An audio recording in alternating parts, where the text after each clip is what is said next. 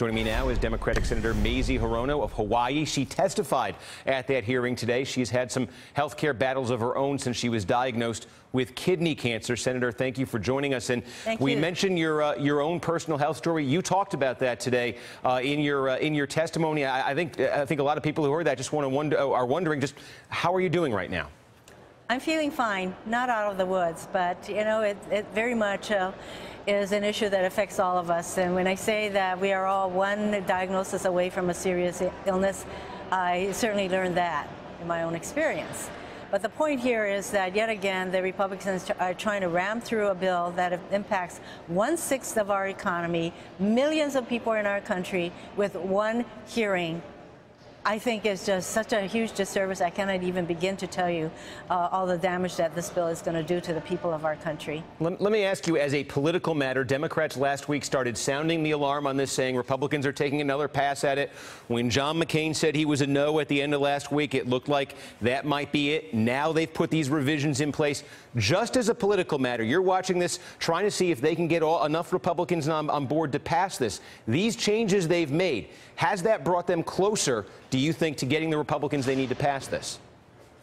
Well, they apparently think they are, but I hope not. I hope that Susan Collins and Lisa Murkowski will stand firm, because what this bill will do is it'll change Medicaid as we know it into block grants, and that's going to hurt people in Alaska and in Maine, no question. So I hope they stand firm. But as I said the last time I talked about this, the leadership of the Republican Party will twist arms all that they can, but just buying off, if I can use that term, Alaska, doesn't mean that the rest of the country isn't going to be shoved under the bus. And I certainly am not going to stand still for that happening to millions of people in our country. You were one of 17 Democrats 2 weeks ago who signed on to that plan, Bernie Sanders' plan for single-payer health care. Yes. You heard the comment, I think, there, Lindsey Graham today, basically saying, hey, we have to do this because the Democrats want single-payer. He's saying, hey, this last pass at repeal in place of Obamacare by Republicans, this is a response to that move you and your colleagues made 2 weeks ago in lining up behind single-payer. Do you look at that and say maybe we should have waited a few weeks until the September 30th deadline passed? Not at all. I don't think that this is a response to the fact that some of us signed on to a single-payer bill, because the Republicans in both the House and the Senate have been dying to literally pass repealing of Obamacare long before the single-payer bill got through. And you know what? There are a lot of us who believe that health care is a right, not a privilege reserved only for those who can afford it. Health care is a right, and in the richest country in the world, people should be able to, in a time of need, healthcare crisis, they should be able to rely on health insurance being there for them, and that this bill would take that away. It's unconscionable. It lacks compassion, which is what I came to in my testimony today. All these people who showed me compassion when they found out that I had kidney cancer, and I said to them, including many members on the committee who were at the hearing today, you know, let's show compassion to the people, the rest of the people in our country. That's what we should show as leaders, that will be making decisions that impacts every single person in our country.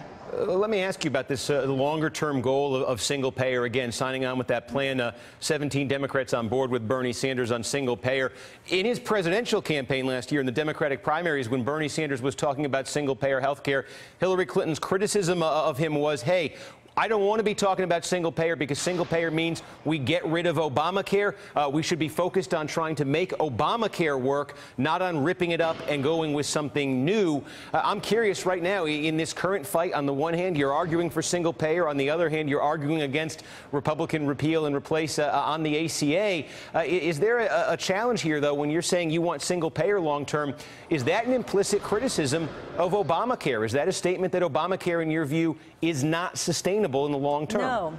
In fact, what I'm fighting for, what I'm standing firm on, is that health care is a right, not a privilege, and that the single-payer approach is one strong articulation of moving us toward health care that is affordable and accessible and quality for everybody. That is what I'm standing firm on. And so at the same time, the fact that the Affordable Care Act resulted in millions more people having health insurance in our country, I'm all for that. I'm all for everybody in our country having health insurance. And so, yes, I stand for that proposition. Healthcare is a right, not a privilege. All right, Senator Mazie Hirono, Democrat from Hawaii. Thank you for the time. Thanks, Steve. Hey there, I'm Chris Hayes from MSNBC. Thanks for watching MSNBC on YouTube. If you want to keep up to date with the videos we're putting out, you can click subscribe just below me or click over on this list to see lots of other great videos.